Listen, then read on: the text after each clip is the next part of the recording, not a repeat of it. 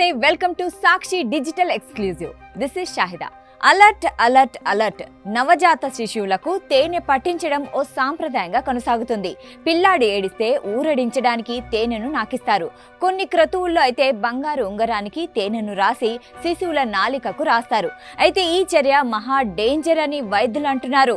చిన్నారులకు ఏడాది వయసు వచ్చే వరకు, ఇంకా చెప్పాలంటే చిన్నారులకు అన్నప్రాస జరిగే వరకు తేనెను పట్టవద్దని చెబుతున్నారు. వైద్యులు ఎందుకలా అంటున్నారు? దీనిపై అధ్యయనాలు ఏం చెబుతున్నాయి? ప్రపంచ ఆరోగ్య సంస్థ ఎందుకు అంతలా ఆందోళన వ్యక్తం చేస్తుంది? ఈ వివరాలు తెలియాలంటే ఎక్కడా ఈ వీడియోను స్కిప్ అవ్వకుండా చూడండి. భారతీయ సంస్కృతిలో చిన్నారులకు తేనె పట్టించడం ఓ సాంప్రదాయంగా వస్తుంది. అయితే నవజాత శిశువుల విషయంలో తేనె ఓ జీవాయుధం వంటిదని వైద్యులు హెచ్చరిస్తున్నారు. తేనెలో ఉండే క్లోస్ట్రీడియం బోటులినం అనే బ్యాక్టీరియా చిన్నారుల పాలిట మహా డేంజర్ అని చెబుతున్నారు. ఇన్ఫాంట్ బోటులినానికి ఈ బ్యాక్టీరియా ప్రధాన కారణమని వివరిస్తున్నారు. 2017లో టోక్యోలోని అడాచి ప్రాంతంలో తేనె కలిపిన బేబీ ఫుడ్ తిన్న 6 నెలల వయసున్న ఓ శిశువు మరణించడం జపాన్లో కలకలం సృష్టించిన విషయం తెలిసిందే.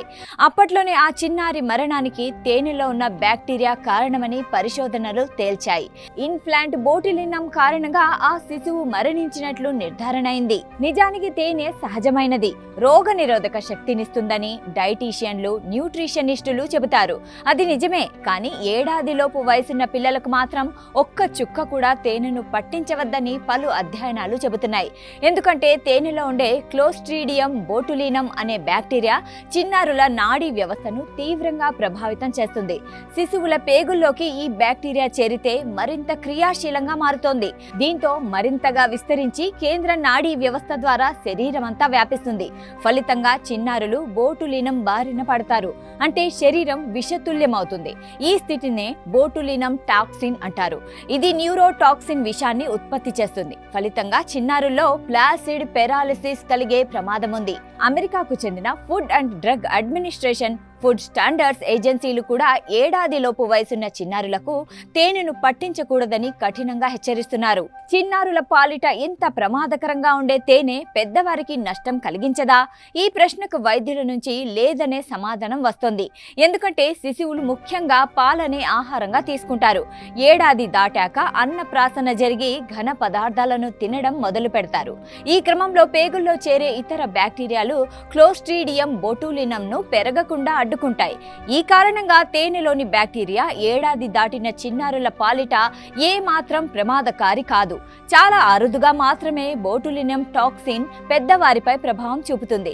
గత ఏడాది ఇటలీలో ఇలాంటి కేసులు నమోదయ్యాయి. అయితే ఉగ్రవాదులు కూడా బోటులినంను జీవాయుధంగా వాడుతారని పలు దేశాలు, నిఘా వర్గాలు గతంలో హెచ్చరికలు జారీ చేశాయి. అమెరికాకు చెందిన ఫుడ్ సేఫ్టీ సంస్థలే కాకుండా పలు అధ్యయనాలు కూడా ఏడాదిలోపు చిన్నారులకు తేనెను పట్టించవద్దని చెబుతున్నాయి. Centres for disease control and prevention ఏకంగా దీనిపై భారీ పరిశోధనలు జరిపింది.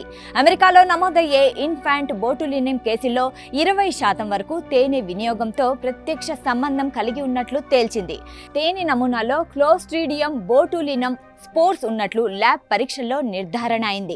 జర్నల్ ఆఫ్ పీడియాట్రిక్స్ లో ప్రచురితమైన మరో అధ్యయనంలో తేనెలో బోటులినం బ్యాక్టీరియా గణనీయంగా ఉన్నట్లు తేలింది. శిశువుల జీర్ణ వ్యవస్థలోని స్పోరెస్ ఈ బ్యాక్టీరియాను నిర్వీర్యం చేయలేకపోతుందని ఈ అధ్యయనం వెల్లడించింది. ప్రపంచ ఆరోగ్య సంస్థ కూడా ఇన్ఫాంట్ బోటులినం కారణంగా ఏడాదిలోపు వయసున్న చిన్నారులకు తేనెను పట్టించకూడదని హెచ్చరికలు జారీ చేసింది. అమెరికన్ అకాడమీ ఆఫ్ పీడియాట్రిక్స్ వారి జర్నల్లో కూడా ఇన్ఫాంట్ బోటులినానికి తేనె ప్రధాన కారణమంటూ ఓ అధ్యయనం ప్రచురితమైంది.